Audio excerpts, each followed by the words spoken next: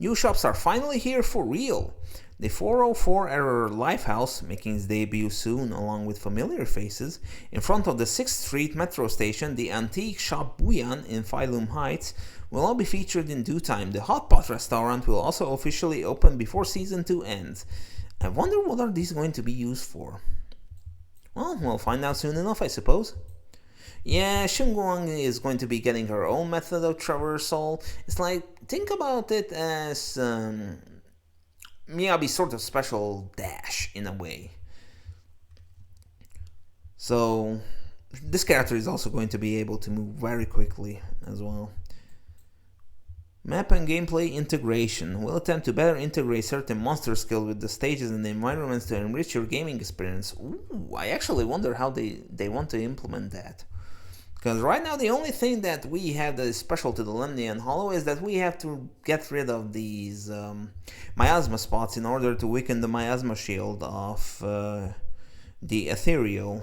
So up until now, that's basically the most unique stuff about Lemnian Hollow more than anything else. Enhanced exploration experience. Perception techniques will have more applications, plus Kind Bamboo will help you with treasure detection. Really? In that case, I do wonder if they want to expand the maps as opposed to what they have been up until now. With exploration side quests and new IP collectibles, it's an immersion level upgrade. Main story progression seamlessly integrates with map exploration, letting you collect rewards while completing missions. Well, we'll see. It definitely wouldn't be the first time that Hoyo would promise on something and end up under-delivering, but since it's the ZZZ team we're talking about, there's a good chance that, while not potentially not being 100% satisfied with the implementation of the things that they are talking about, they'll be trying their hardest for sure. Diverse game modes, keeping the positives of casual gameplay while improving on their shortcomings. Filtering out promising gameplay mechanics for further innovation. I mean, we've already seen basically this picture taking mode come back, but I actually all of a sudden forgot. I think that the changes were that slow motion maybe, and that you were able to customize the pictures that you were taking in order for them to be even more stylish than what they were. Yeah, I think so, because this style of picture taking is basically like a cover for something that we didn't have when the mode launched. I mean, the event launched the first time. Striving for excellence. Highly reviewed gameplay modes will be iteratively optimized, adding more content to deliver a consistently premium experience.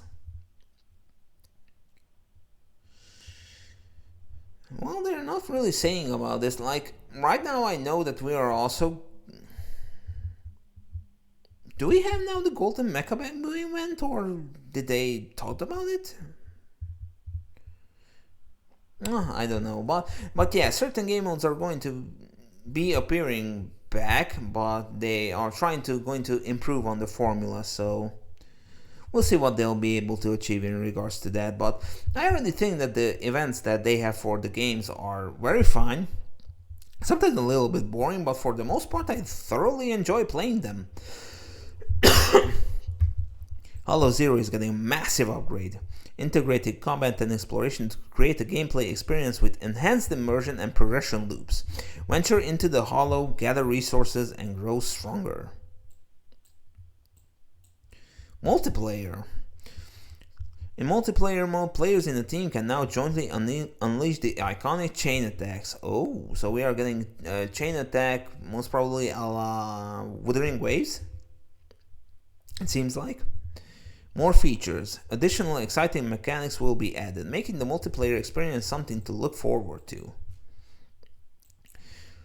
I am also curious on what they're going to be adding when it comes to multiplayer. Obviously, boss rush or a raid boss is the first thing that comes to my mind right now, which they are absolutely going to be doing. I would be surprised if they wouldn't be doing something like that. To which I say, there might be a chance that certain characters are going to be receiving co-op specific buffs. Now, I could be talking out of my ass, but Who knows, maybe in the future they'll even be making certain characters that are going to actually be a lot better in co-op than they are in single player. Who knows? It's quite early to tell because for a lot of things, we need to see the implementation on how things are going to be unfolding, and well, afterwards, we'll see, or they'll see what needs to be changed or what needs to be improved further, and hope that they'd rather improve further upon them instead of almost scratching them. Missing your favorite characters? Threshold Simulation is the solution. The new gameplay mode, Threshold Simulation, is designed to let the more veteran characters shine and thrive. We'll continue to polish and provide the stage for them.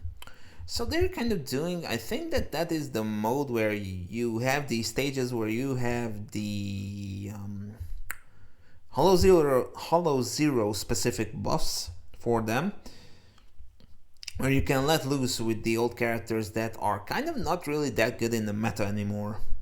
I mean, this is basically like Elysian Realm back in Honkai 3rd, where these old characters receive specific buffs that their gameplay also changes while becoming a bit more fun. Certain things are... they could add certain things as permanent buffs in the future for these characters, which ties very well into the next point, because worried about standard characters' power levels, combat interactions too simple. Version 2.5 brings enhanced optimization. Version 2.5 will feature specific power-ups for standard characters. Get ready for a fresh take on enemy combat mechanics. This is probably the most exciting thing about the dev talk, because I actually think that this was before the announcement that the Genshin team is going to be buffing old characters in the game, including 4 stars. So I have a feeling that the ZZZ team, while doing it with the standard characters, will also ultimately do it with certain 4 stars as well, most probably, especially since there aren't that many in this game as opposed to the 2 Genshins. So the likelihood of them buffing up old characters and relatively quickly is very good, and it's very welcomed.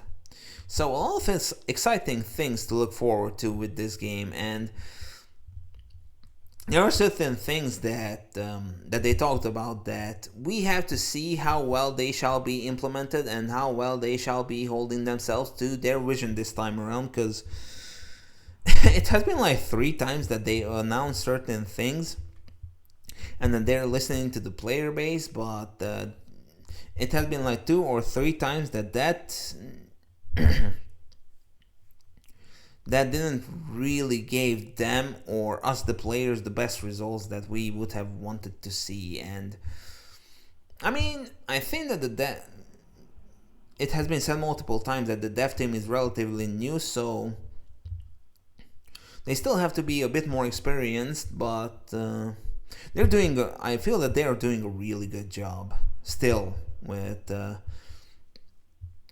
all of the setbacks and the problems that the game had from time to time. But I do hope that sometimes they are sticking to their vision a bit more, and